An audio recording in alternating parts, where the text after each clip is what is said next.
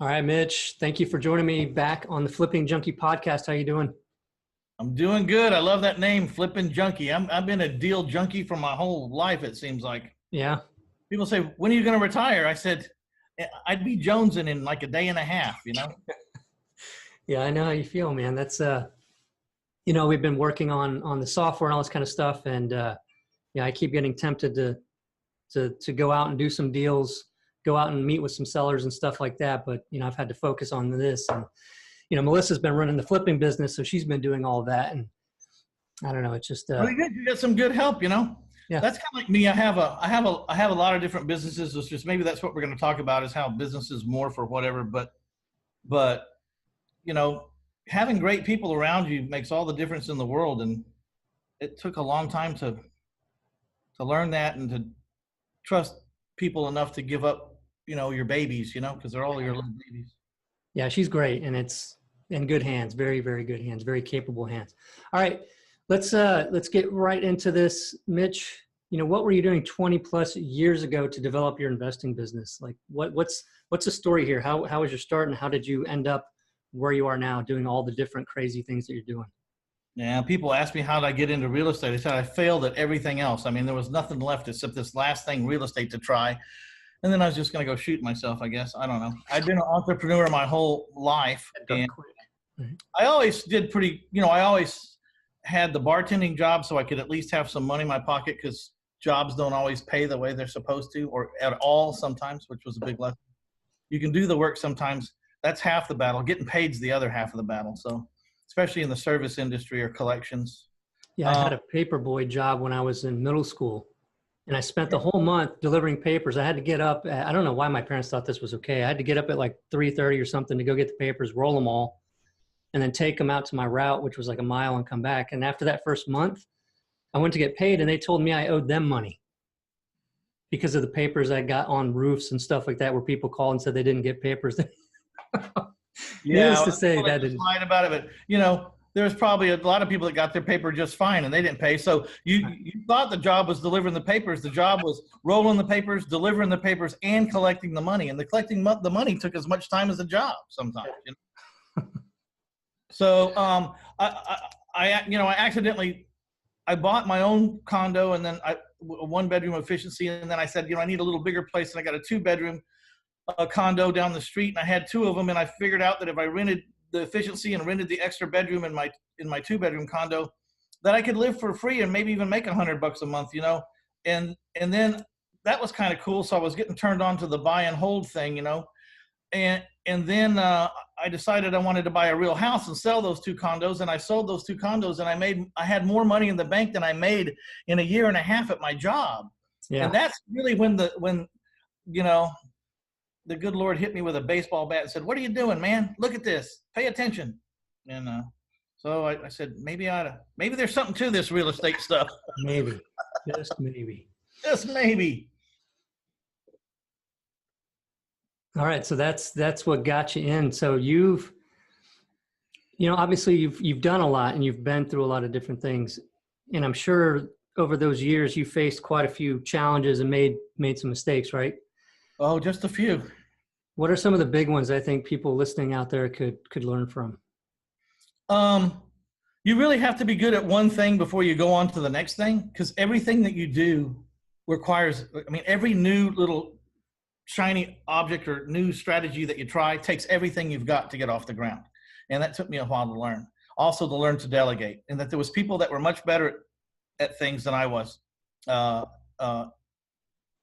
might know it more intimately, but there's things I don't like to do, and there's things that even if I'd like to do them, I'm not any good at them. So, I like having saws and hammers, and I could do that, but I'm a horrible carpenter. Horrible. Did you try to do the repairs on some of the early? No, I knew early on from that. I'd done enough things to know that I wasn't a craftsman of any kind, not plumber, not electrician, not, usually like with electricity, it was real easy to get that lesson, because every time I work on electric, it comes with the smell of burning hair and skin. I just don't. So yeah, this isn't your thing. Zap. This isn't your thing. Yeah. No, but the big thing is, like, like even in my business, I have like, I can do every strategy. I can do buy and hold. I can sell with owner financing. I can buy with owner financing. I can do subject to. I can go to the courthouse. I can do tax, whatever. I've done a lot. I've done all of that stuff. I've done mobile homes and land, mobile homes and parks. I've done everything, but the first thing is I had to do was get really good at something. I didn't stray from buying houses with OPM and selling them with owner financing and early on selling the note immediately. I did that 450 times before I did anything else. So I was an expert at that. So, and then it became apparent the other things that I kept bumping into that I ought to get good at, because I keep bumping into these other situations. I kept kind of holding them off, because I'd say to myself, I don't really know about that. And I really know about this. So I'm just going to stay with this. But after a while, you keep hitting it so much and you get so good at this that you say, okay, I'm going to get some people in place here and let this run. And then I'm going to explore how to open up this avenue and become an expert at it. And then you get some people to run that after you understand it. Then you move on to that's why I have like, I don't even know how many businesses I have, like 7 or 8. When I start to name them, I always leave off a couple, because I don't run them all every day, people run them. Yeah, let's start with what you became an expert at and what you were doing that with other people's money and doing the owner finance, because that's something that I really got into as well here in San Antonio. Okay, so a typical case study was I'd buy something for $50,000. I could be all in. I could be at $50,000, rehab or not. Just say I'm all in at $50,000, ready to sell the house. And I can in my strategy, I can sell houses with payments because I'm financing the house. I can sell houses with payments, even if it has a hole in the roof the size of a dining room table. So I buy it for 50. I borrow 52 from my private lender. I borrow that 52 at 8% interest, 5 years, probably 6 to 7 years amortized, non-recourse, collateral only, payable monthly, principal and interest payments to my private lender. And let's say my payments $350 on $52,000. I'll be close enough. And then I sell the house for $100,000 as is. I get $10,000 down. That goes in my right-hand pocket. That's how I eat, pay my house payment, pay my truck payment. If I had a house payment and a truck payment, I don't. But that's my running money is the down payments. If I did that 3 times a month, I've got $30,000. If I do this exact situation 3 times in 1 month, I have $30,000 to pay my bills and have fun and take my wife to dinner. Then I carry the $90,000 at 10 to 10.5%, depending on what Dodd-Frank will allow me to do that week, because it's regulated and it floats every Monday, and you can check it every Monday. And they owe me $850 a month for 30 years fixed, no balloon. Okay, so they're paying me, let's say $850, close enough, and I'm paying out $350, so I'm keeping $500 in the middle, and I made $10,000 to do that. Yeah. Plus, I got my $2,000 back when I borrowed. That was my advertising money. I always borrow $2,000 extra at least, okay? But I never borrow more than 65% of what I can owner finance the house for. Never. That's how I protect my investors. That's how I protect myself. I police myself. If I want to pay 70% of what I can owner finance the house for, then I got to come up with 5% out of my pocket. Keeps everything straight. It's the same for my dad's money as it is for my neighbor's money, as it is for my aunt's money, as it is for the other 44 people that have loaned me $15 million of their private money. The rules don't change for anybody. They're all the same. Same for me, same for my dad, same for them. And if you do that 3 times a month, you've collected $30,000 in cash up front, $6,000 for advertising, and you created $1,500 a month positive cash flow, of which you are not a landlord. So, when you're a landlord, you get the rent. You don't know if you can spend it or not. You get a mortgage payment in the mail. If the check clears, that's your money. Because if the air conditioner breaks and you're a landlord, apparently this is the air conditioner man's money, not your money. But if the air conditioner breaks when you're collecting a mortgage, it is not your house. It's not your air conditioner. Let's do an experiment. All the people out there in the audience, everybody out there with a mortgage company, do this. Step 1, call your mortgage company. Step 2, tell them your air conditioner is broken and that they need to send somebody over. Step 3, listen to their response. It'll be like, go jump in the lake. Yeah. So are you doing, when you're picking these properties up, so you didn't mention anything about borrowing money for repairs. So you're not making repairs on these properties. No. I said, just figure us all in. If I need it, if that house needed 10,000 repairs, then I borrowed the 40 and I borrowed the 10. You know, I'm saying I was all in it. Whatever my plan was, I borrow 100% plus 2,000. Yeah. Closing costs, rehab costs, everything. So, you know, when you're trying to figure out your rate of return on this, it's impossible. I got paid 2,000 to buy the house. Then I picked up 10,000 when I sold the house, 12,000 there in your hand. And I don't have any of my money in it. None. Yeah. Yeah. My money goes into one of the other businesses, which is the forever cash play, which is the storage business, which we may get to later. Yeah. So you know, what about these numbers? I think some people hear that you're going to buy that property cheap, owner financing, get payments 850. Have you noticed any issues with still trying to do this with the markets the way they are, even I just use those numbers because I'm very familiar with the numbers. Yeah. But you know, right now, my average house purchase in San Antonio, because I'm trying to get. I learned that, you know, it works in the lesser properties, and I can still buy houses for 40 and 50, but you're down in the low of the low, and there's a lot of turnover there. If you can get up to where you're paying $70,000 or $80,000 for properties and owner financing them for 150 or 160, yeah, there's a lot less flip out. There's a lot less foreclosures. Yeah. Because at that next level up, they can take a bump in the road and not and catch back up. You know what I mean? If they miss a month, they can catch up. At the bottom, if they miss a month, they can't catch up. There's no residual savings for them month to month. Yeah. Yeah, because I think some people listening, you know, hear that kind of thing and they think about their market and knowing that, yeah, there's a sweet spot in these types of properties and the pricing and stuff that really works really well for the owner financing.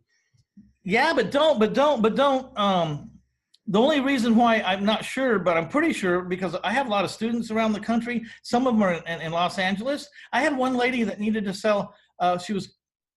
She inherited a house from her late mother, and it was a $1.2 million appraisal. So she sold the house right away, cash, but they went out there and figured out that it was a manufactured home that was done so well that you couldn't tell. But it had a title, you know what I mean? Or it had a SOL. It's 3 blocks from Berkeley University, okay, in California, Berkeley, California. And so all of a sudden, no one would loan on it. No one wants to loan on a mobile home. It doesn't matter if it has granite countertops, rock facade bottom. I mean, it looked exactly like a house. Even she didn't know it was a manufactured home until one day. And so then we said, well, we had 3 people want to buy it, but no bank would loan on it. So she got reasonable on the price, came down to $850. We discussed it. I said, there's an owner finance buyer for this house. Maybe not at $1.2 million, but maybe around $850. But let's work our way down from $1 million to $950 to, you know, rather rapidly. Use that live comm system so you're capturing every incoming caller's phone number that here's the recording about the house. And when you change the price, we can text them the new price until we find out where the sweet spot is in the price. At about $850, we started having all kinds of people. I said, now what we got to do is find out who has the most down. And she got $250,000 down on an $850,000 house. When you're in places like California, $250,000 is not a lot of money. That seems foreign to us, right? Mm-hmm. Yeah, but there's millions upon millions of people in those cities, people worth hundreds of millions of dollars. They will plop down $250,000 as a wedding gift to their daughter, but they don't want to be responsible for the whole $600,000 balance. You know what I mean? The only way, though, that this works is if you're borrowing money to buy very expensive houses, then you have to borrow from institutions where your rate is lower, like 4 or 5 or 6%, so that when like 4 or 5%, so that when you mark it up a point or a point and a half, you're still carrying this huge balance at like 6.5 or 7%, because $600,000 won't afford 10% interest. You know what I mean? Even at 30 years, yeah. It's too much money racking up too high a rate. So I do believe that. But I've never had to do it because that's not my forte. I live in a town, thank God, that I don't have to venture into those size houses. It'd be much harder to find that amount of money if every house you bought you needed $400,000 or $500,000 for. But there are people out there that can do it, and if you figure it out, I bet you that owner financing in the upper strata is very, very popular.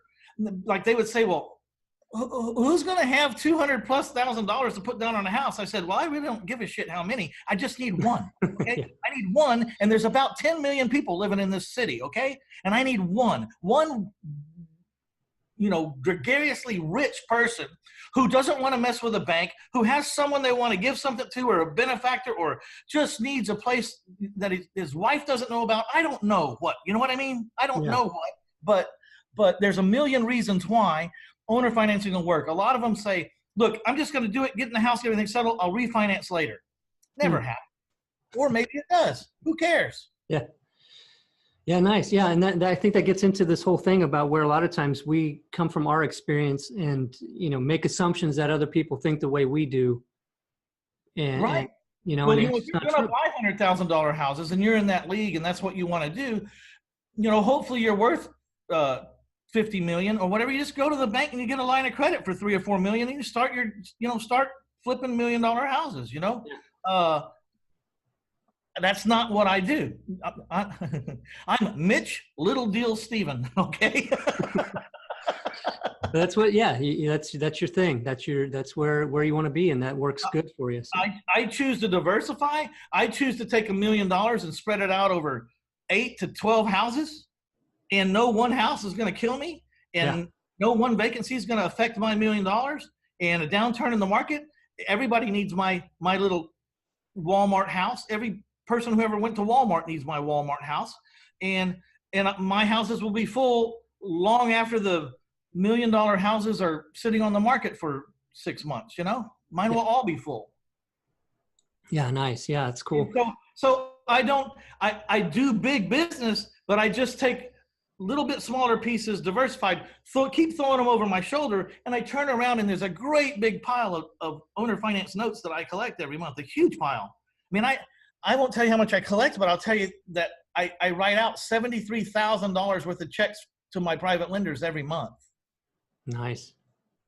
And that's just for the house buying side. That's not for the loan side, because I got another half of that money's out in loans to competitors who found deals before I did. Because if I didn't keep the money out, then my private lenders would go find something else to do with it. Half the time they would just lose it. And so it's almost like a community service when I get this out, because people who loan their money to me, can check on it every day and it's still there. Yeah. Yeah. So do you just have key people that are doing the good deals, and so you don't have to worry so much about, what kind of work do you do on those loans? Like, what are you looking at when people are saying, hey, I'd like to. The criteria is just what I buy houses at. I won't loan more than 65%. And by the way, in both businesses, the loan business and the house business, I average borrowing 58% of what I can owner finance the house for. So if I can owner finance a house, or if I want to give a loan on a house, I average putting up $58,000 for a $100,000 house. And I don't care whether the people I loan that money to, because I have a first lien on that $100,000 house, if they pay me or not. The difference between me and a bank is I know exactly what to do with a house if I get it back. Exactly. I've been doing it for 2,000 times in a row in this town since 1996. Not to say that I'm brilliant or, the smartest guy on the planet. I'm just a common sense guy who has been common sensing his way through the problems of a particular industry for 24 years. I don't know. Whenever you said that, you're not the smartest guy, you're not all those things. I just recalled one of my first RIA meetings in San Antonio, and I think you were speaking that night. And somebody, I was a new investor, and somebody told me, yeah, do you know Mitch? He's speaking tonight. When he speaks, you better listen. And well, it's just a voice of experience. It's not like Einstein. I'm not Einstein, but you swing a hammer enough times and hit your thumb, you figure out to move your thumb. Yeah. Or get better at swinging the hammer, one or the other, or get a bigger nail head or something. There's already 3 ways to solve that problem. Which way is the best way? Right. And then you try all 3 of them, and then you figure out not only which way is the best way, but which way is the least expensive, and which way is the most durable. Yeah. So we've talked about the owner finance. We've talked about the loans. Well, the owner finance is kind of too key, though. You can't mix them up because two completely things. There's the buying side of it and there's the selling side of it. And you're talking to two completely different people. Like anyone who has a buying and a selling ad in one website, I don't think that's right, because seller doesn't need to know anything about what a buyer's thinking or hear any of that kind of language. You're talking about those being two different kind of entities. They are, and they are, and almost every entity that you have, bar none, is really a marketing company before anything else. And then once you get the customers, what do I do with them? But every company is a marketing company, because if you can't market, you don't have any customers. And then what am I going to do with this company when they come in the door? Well, this one I'm going to buy their house, so we're training up people how to do that. This company, we're going to sell the house. We train completely separate, different people to talk to, completely separate their customers, and they never cross over. Buyers are buyers and sellers are sellers, and my acquisition people are acquisition people only, and my sellers are selling only. You know, the day my sellers start talking to me about, hey, I think I can buy a house, I says, well, let me know. Just go ahead and turn in your resume, turn in your resignation, you know, because I didn't hire you to buy houses. I hired you to sell houses. You don't want to sell houses anymore, just let me know. Yeah, that's a good point. And I don't hire people that want to be me, and I don't explain the whole business to them. You know, I coach across the world. I mean, across the nation. That's fine, but I don't coach in town, and I damn sure don't coach at my office. I'll coach you how to do your job, but I don't, you know, I'm not training people to go compete with me in my own business. I need people that a certain kind of person that is a worker, a mule, you know, and I say that with all the respect in the world. There's all kinds of people in the world, and I'm one type, and I need this other type, and that other type is the other type, and they need my type, you know, and so early on, I got messed up because I kept hiring entrepreneurs to work in a job.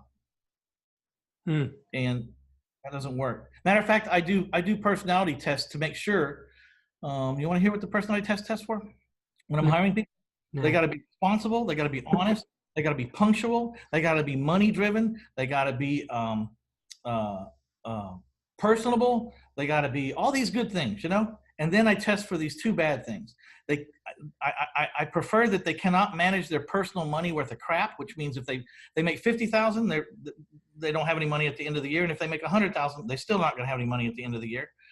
And that they don't have an entrepreneurial bone in their body. And when I get those two things along with all this other good stuff I want, that's the guy I hire. And that's what's the personality test that you use for that? You know, I don't even know. That's sometimes. I thought you were going to tell me it's just a conversation you have and you just determine it based on it's five. What is it? 5 oceans or ocean 5 or I don't know. Yeah, something like that. I'm sure somebody can find it. But then if you get down to someone that you're really interested in, because you can spend a lot of money on these personality tests, just randomly testing everybody. So I do a light free one, and when they kind of rise to the top of that crop, I separate those 2 or 3 people off, and then I'll do a you know, $150, $200 personality test. Yeah. Wow. That's a big point though. And I think, well, that changed my whole life. That changed my entire life, because I was hiring people I liked, people I had stuff in common with, people, you know, that I met at the RIA. No, I won't even hire anyone if they want to be an investor at all. You know, I need someone who needs a job in a 401k. Yeah. Yeah, it's big because the whole purpose of what they're doing there, you know, if they've got a bigger idea in mind, you know, they're not really going to focus on the work you need them to do. Don't get me wrong. I'll take care of them. I'll open their 401k for them, or their IRA or their Roth. I'll put some seed money in it once they show. I'll show them ways to loan the money to me for rehabs or whatever, and we'll teach them how to take control of their financial savings and their retirement. Because I need to be more than just a paycheck. I need to create a culture at my office, because I need people that stay and that give again and that are happy, you know? And so if any of those things don't start lining up, then, you know, I need to find someone else. I mean, we've all heard of people that have been at the same job for 40 years, right? I'm looking for that guy all the time. I'm looking for that guy. You know, great, shows up every morning, doesn't even know how not to show up. If he didn't show up, he wouldn't know what to do with himself. He gets ingrained into your culture and your business and the emotional and camaraderie, and that's what they do. Yeah. So with these different types of businesses, because you've got a lot of different ones, how are you managing all of those? Do you have somebody overseeing each one of those for you Well, that? I usually what happens is one of two things happens. I recognize that there's some exhaust coming out of one of these businesses that, so let's just put it in like the simplest terms. Let's say you live out near a forest and people cut down trees. So you open up a lumber mill where you cut these trees into boards, right? What happens when you cut a tree into a board? What's left over? Big old pile of sawdust, right? Well, you either got to pay to throw that stuff away, or you can figure out how to sell it to someone who's going to make something out of it, or how to make something out of it yourself. Yeah. Like you put poison in it, it becomes ant bait, you know what I mean? Or insecticide bait. If you glue it together, it becomes another form of board. You know what I mean? Like, what are you going to do with this byproduct that is stacking up like crazy every day? It's a problem. Yeah. Try to sell it. So I got people that come into my life and they got, say, IRAs and savings accounts. They're sick and tired of making 1%. They're sick and tired of living by that ticker tape. They used to be worth twice as much, but they lost their ass in the last stock market crash, and they've never gone back because they're too afraid and they're too old to start over again, and they're too afraid to take the gamble. So they're sitting there at 1 or 2%. So I've been showing people my whole life how to convert to self-directed IRA so they could loan their money to me at 6, 8, or 9, or 10%. You know, I got 4 choices. Depends on what you specifically like. Mm-hmm. And all of them are secured by real estate. So either you get paid or you get my house, which has never happened in my career. And so I got an affiliate with an attorney. You know, I'm an affiliate with an attorney that does that. And now when I recommend those things, you know what I mean? I get a little pay for, you know, for setting them up with a great guy that I wish they would go to anyways, because he knows what he's doing. And if they ever do something they're not supposed to do, a prohibitive transaction, he's 24 years in unwinding those things or smoothing them over or burying them, you know, and he's just a great guy to go to. And I told him I could send him, Lord only knows how much, because people are always asking me. And I said, you know, let's form a little relationship. And so I opened up, you know, taxfreefuture.com. It's not the main focus of my life, but you know, I have note servicing. We're already servicing 300-400 notes of our own half the time. And then people keep calling me to service notes and we keep saying no. One day I said, well, you know, let's go on a little trip, visit what note servicing companies have to do and how much they make and what's the possibility. And looked at it and thought, you know, you get this thing to about 3,000 notes and it's worth about $5 million. Yeah. So I had a servicing company open up and hired someone to run that. But mostly what happens is I bump into people that have a talent. I become partners with them, and combined we make a great business. You know, like I have resources, they have a resource, like the loan business. My partner is Raymond Braun. We've been partners since 2005. I'm a great partner picker. Took me a little while to figure it out, 4 or 5 years. And then I learned how to size up partners kind of in a hurry, but usually it's real natural. You just know. But still, you got to do your due diligence because, you know, there's really, really fantastic con men out there too. So, you know, they're the top of the list of con men. You can't figure them out unless you dive in. So Raymond and I, though, got together because I had too much private money and I couldn't get it out, and people were wandering off with their money. And I said, I got to have a solution to this. He says, well, why don't we loan it out at 6-month periods, you know, like hard money rehab loans. And then if we ever need it, you know, all this money comes back every 6 months in increments, you know, it's not, you know, it's all on different dates, you know, so there's always some more money. If we need it, we can reach over and grab more of it and not loan it out anymore. And I said, sure. How do you know how to do that? He says, well, I'm a 15 years CPA with Coopers and Lybrand, which is now PricewaterhouseCoopers in Austin, as a managing partner, you know, with his name on the door for 15 years with a top 5 CPA companies in the world. I thought, okay, there's a good guy to like loan out money with. I will split with him 50-50 in a heartbeat, because he's going to know and do everything that I want. All I want to do is get the business in the door. And I already do that. So I just need someone to convert the business into a different shape. So that's how that business came out. So that's been what, 2005, 19 years we've been doing it. Wow. And we don't do any advertising, don't do anything. And I think right now today, I have $8 million of private money out on the streets, and I'm watching it, like a hawk. And I average 58% loan to value. And if those people don't pay me, if every single one of them don't pay me, I'm willing to take every one of their houses right now today. Yeah. I don't want to take their houses, believe me. You know what I'm saying? Right, but it's secured. But if I have to, I'm not worried about it. And Yeah. I will take care of that money. No, my investors will never even know anything happened. They'll just get paid like they always got paid. Yeah, and I'm intrigued though, because you touched on this whole con man thing. Are there any interesting stories about that? Like, that. Absolutely. I'll tell you one right now. Yeah. Well, like people, don't let me get too far off track here. Keep pulling me into the con man story. But first of all, one of the reasons why you hire a coach that you can talk to personally, and you got to be careful. And I'm not slamming anybody, and I don't like talking bad about anybody. But some of these places you go when you pay $20, $30, $40, $50,000 because that guy on stage is really impressive, and he's probably famous, and he's probably worth a lot of money. But when you sign up for his program, you never talk to that guy again. You're talking to some student that did their first 20 deals last year, and that's who you get assigned to, which I personally don't agree with at some of the prices that they're charging. You know what I'm saying? I mean, I understand if at one price it's fair, but at another price, it's not fair at all.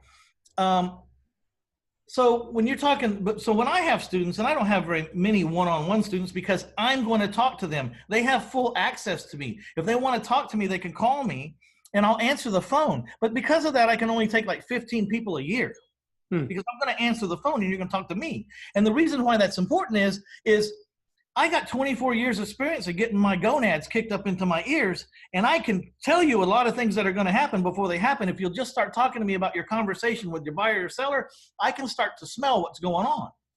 So one day, and here's a very poignant case in point.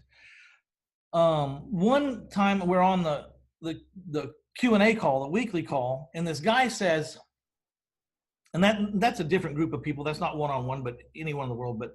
But all my one-on-ones usually get on it on Tuesday night because it's a great forum.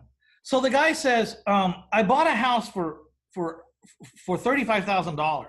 I said, how much is it worth? He says, $135,000. I said, what do you got to do to it? He says, not a damn thing. He says, it's amazing. He says, it's like the best deal I've ever made in my life. He says, I'm so excited about it. I said, so do you have it under contract, or is this a mind do? He says, no, I got it under contract. He says, the guy's going to sign, this evening. And I said, well, he says, my only problem is I don't know where I'm going to get the money. I said, $35,000 on a $135,000 house, not a big deal. I said, just make sure you get a lot of days to close. I mean, at least 30, try to get 60, or 45 or whatever, but get a lot of days to close. And make sure you circle that paragraph and make sure you initials it and look him right in the eyes and go, look, I can get this done in this amount of time, but I want you to understand I may need all this time, but if I don't, I'll close faster. But make sure he understands it's 45 days. So he went and did that. He called me back next week and he said, a couple weeks later, and he goes, Mitch, that deal I got, 35 on 135? I said, yeah. He says, I've only had it for like 10 days and the guy is screaming at me to close by Friday between 10 and 12. And if I don't close between Friday and 10 and 12, this coming Friday, he says, he's going to walk the deal, he says. Can he do that? And I said, well, not legally, but I mean, it's hard to make someone sell something. It's a pain in the ass. You should probably just move on, but I don't know, but it's a lot of equity. I get it. But I said, there's a bigger issue here. I said, who is this guy? He says, he says his name. I said, no, not that.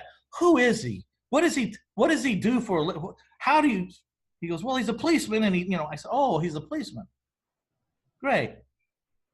I said, are you sure this guy knew that you wanted 45? He says, I'll show you the contract. I circled it like you said, and I had him put his initials inside the circle. I circled the whole paragraph.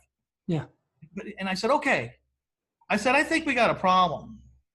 He said, what? I said, I think you got a con. I said, do you know the 3 signs of a con? The guy said, no. I said, 3 signs of a con. When you see these 3 things line up, you better start checking everything. Everything. Don't take anything for granted. Number 1, deal's really good. Over the top good for you. Over the top good. I think this qualifies. $35,000, $135,000 house doesn't need a paintbrush worth of paint. Okay. That's pretty damn good. Second thing, angelic facade. Priest, minister,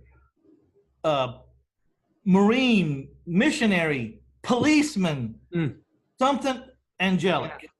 Okay? Really good guy, isn't he? He's a policeman, man of the people. Number 3, very unreasonable time pressure. Super unreasonable. When you see those 3 things, you better check. He goes, well, how's he conning me? I said, how many title companies you got in your town? He said, 6. I said, I want you to call them all and see how many of them got this house for sale from Friday between 10 and 2. Oh, wow. Okay? He called me back and he said, how in the hell did you know that? Wow. He has it for sale at 4 other title companies besides mine. He's only got 1 more title company to go, and he'll have them all. And they're all going to close within 2 hours on Friday to someone else, and he's going to walk with 5 closings, or it looks like he's trying to walk with the proceeds from 5 closings on the same house. Yeah. I said, you know, how do I know? Because it almost happened to me, but the damn guy didn't even own the house that he was selling me, and he was a policeman talking about his night shift and his day shift and his sergeant, and he had fake cards, and he wasn't a policeman at all, and he didn't even own the house. And the only reason I didn't get messed up in it was he misspelled the owner's last name on our closing documents every time. Wow. And we stalled him long enough, by the way, to get the FBI there, and he went to prison for a long time. Wow. But you don't get this from these big gurus students who did their first 20 deals last year. You don't get that from them. This is 22 years worth of hair on the back of my neck. I can smell it from a million miles away. You know, I've had people call me and say, you know, tell me something. I said, this is what I want you. This is like just a hypothetical. This is what I want you to do, Danny. I want you to get a shovel, go to the back left-hand corner, dig a hole 4 foot deep and 4 foot wide, and call me back. And then you call me back and go, Mitch, how in the hell did you know that was buried back there? And I said, you know why? I talked to this asshole before. I know exactly what he's trying to do. I could smell it. I could smell it. Yeah. You know? So that's part of, you know, I get a kick out of giving, you know, the 15 or so people or the people on the calls, and I give them a kick out of exposing all this insight that even I'm not aware that I have until they start talking about something, and then I pull something out of my past. You know, when you've done 2,000 deals, that means you tried to do 4,000. You know what I mean? Yeah, true. Yeah, you've seen it all. You've seen it all at that point. Half of them were cons or didn't own the place, or you couldn't fix the title issue that they didn't tell you about, and so you only got to buy 2,000. But my experience is way bigger than 2,000 transactions, because I've tried to close way more than I ever closed. Yeah. And so the amount of experience that's out there to talk about is, you know, I charge $15,000 and I reserve the right to change my price up or down or whatever, because these things are usually archived. But I charge $15 to get my phone number for 6 months. If I can't make you back $15,000 in 6 months, I'll kiss your patooski. I swear. You know, but the other thing is I won't let you pay me if I don't think I can help you. We'll have about a 45-minute conversation. If I don't think you're right, or I'm right, or your market's right for what you do, or if I just think you're friggin' lazy, I'm not going to take you. I want to be on a winning team. I want to be able to say, hey, it's only been like 30 days. How much extra did you make on that house after our conversation? You say 20 grand. I said, okay, that 15 grand you gave me, it just came back, right? Let's put a little check mark in that box. Yeah. The relationship's not over. We're still going, but your money already came back. Yeah. And if you guys listening out there want a deal, he said 15,000 for 6 months. I've got his phone number. I'll sell it to you for 10,000 for 6 months. Well, believe me though, I don't take newbies. If you're really new and you don't even know how to write a contract, let's go down to the weekly call, which is a year at 3,500, and get on with everybody, and let's get you up to speed and see if this business is really for you, and see if you can't get that wholesale business or whatever to pay me the money, not you. Let's make the house pay me. If you can raise enough money to pay me on the once a week call, then I think I probably would take you, because you're showing initiative and drive, which is 50% of the battle. You know what I mean? And passion, 50% of the battle. The other 50% is just knowledge, and I can give you a whole bunch of that, a whole bunch of that. That's the easy part. So I'm looking for people, generally the people that I take one-on-one have done 15 or 20 or 30 deals. The last 2 people I took did over 50, and recently a guy over 100 houses.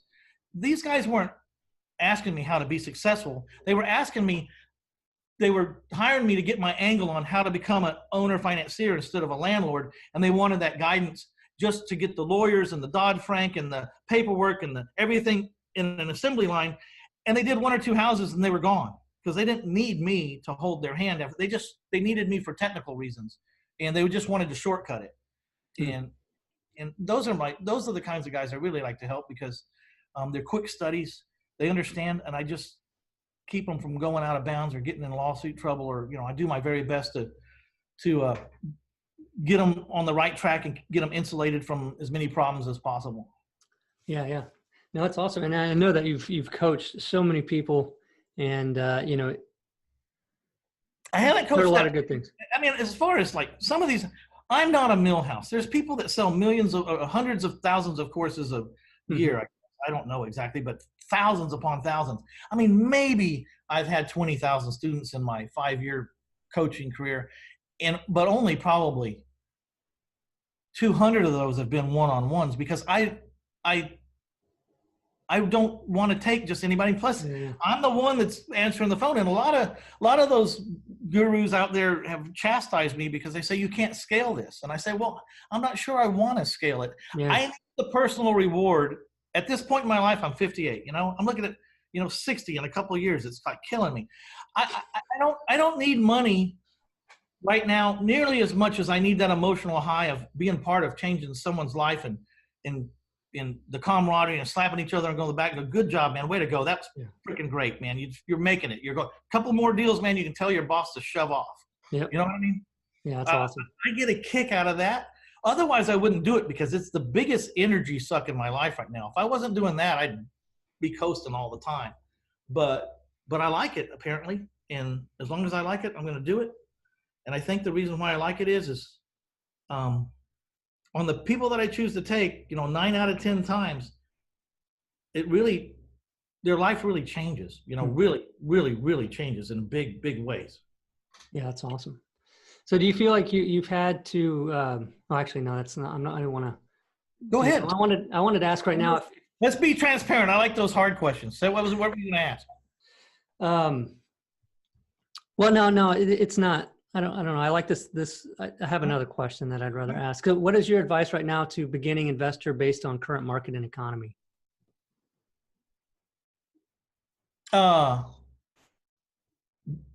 Get real niche-y because there's a lot of competition out there. Try to find a niche that maybe has a little bit bigger opening. You better be passionate and you better be all in because right now, everybody in the world's a house flipper. That doesn't mean anything. San Antonio has been one of the hottest markets on the planet, along with a lot of markets out there. Texas in general. But I still managed to buy, 100 houses, 97 houses in 2018. And one of the hottest economies I've ever seen. At some point in 2018, if you put something on MLS that was just decent, you were getting 3 and 4 offers, most of which were above the asking price. So that's a hot market, really hot. You've seen like 4 days on the market and 10 days on the market, and prices, offers coming in over the asking price, multiple offers over the asking price. But I don't live in that world. I live where there's chaos, death, divorce, and we got to learn to live in that. But my biggest thing is you need to be passionate about it because the amount of hours that you need to spend in the beginning to get this business or any business off the ground is extraordinary. When I started my business for the first 2 years, I bet you I worked between 14 and 16 hours a day, but it didn't seem like work to me because there was no other place I'd rather be. I was meeting and growing a mile a minute. I was making pretty dang good money, if not over the top money for what I was used to.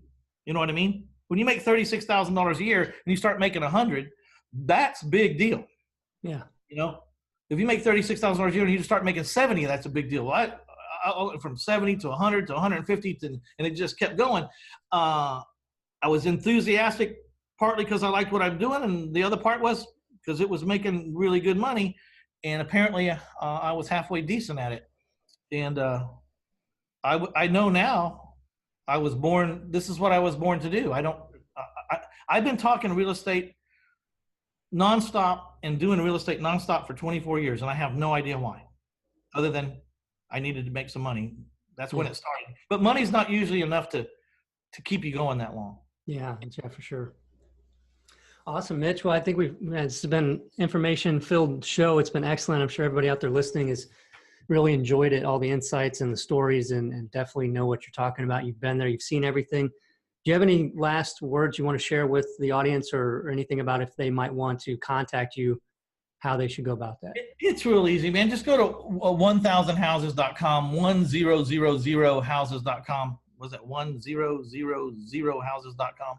And you can scroll down there. My blog is there. My podcast is there, RE Investor Summit. Podcast is getting about 4,000 downloads a week, which, I thought, 16,000 downloads a month, not that big a deal. But it's kind of like, have you ever read The Millionaire Next Door? Mm-hmm. Danny? You don't know where you're at until you find someone who's put you on a graph. Like The Millionaire Next Door. Those multi-billionaires, they're all separated by 1,000th of a point way up there at the top, and it starts falling off fast. You know what I mean? Yeah. So what my point is, I didn't have any idea, but I'm in the top 5% of the podcasts in the world. Really? Yeah, at 16,000 downloads a month, you're in the top 5% of the podcasts in the world. Wow. That's how fast it drops off from the people that get 1 million downloads. You know what I mean? It drops really fast. So interesting. And plus, I'm pretty damn nichey. So I'm talking about on my podcast, it's either creative real estate investing, entrepreneurialism, motivation, or inspiration. And so the last two can cover the world, but the other two they start niching down pretty tight. So I'm real happy with the way the podcast has changed my life and hopefully changed some other people's lives. Yeah, very cool. Everybody out there listening should check it out. Mitch, thanks a lot for taking the time to share with us today. And really it's my pleasure, Danny. We've been around for a long time. I knew your dad for a long time, and your dad's mentor and my mentor were the same guy. Yeah. And what a difference a mentor made. I almost went out of business until that guy stepped up and showed me what I was doing wrong. And that was 24 years ago and millions of dollars ago. I could have been just another business card that I didn't do so well at, but it wasn't. Yeah. Yeah. And he mentored us too. My wife and I. My wife and me. Yeah. Yeah. And he's not for hire, by the way. You won't find him. I think he felt sorry for me. We'll have to tell him you said that. Anyway. Sorry for me. I was out there getting my nose bloodied and getting kicked around so bad. He said, "Oh, let me step in here a second, give this guy a hand." Yeah, he's pretty incredible. Good guy. Yeah. All right, Mitch. We need to get together. It's been a while since I've hung out with you. So let's get together at some point. And thanks again for being on the show. Hey, let's break bread together. Maybe next week sometime, huh? Let's go someplace. Sounds good. All right. Thanks a lot, man. Thanks for having me. I appreciate you guys. I hope there was some value in any of that stuff. Who knows? Yeah, for sure. All right, man. Have a good one. Enjoy this rainy weather we got. Yeah, this is where you write your fourth book. It's rainy. Yeah, that's it. Actually, that's a nice thing to do. Maybe I'll do that. I've got a million other things I got to get going, but yeah, man. We'll talk soon. Thanks. All right. Bye now.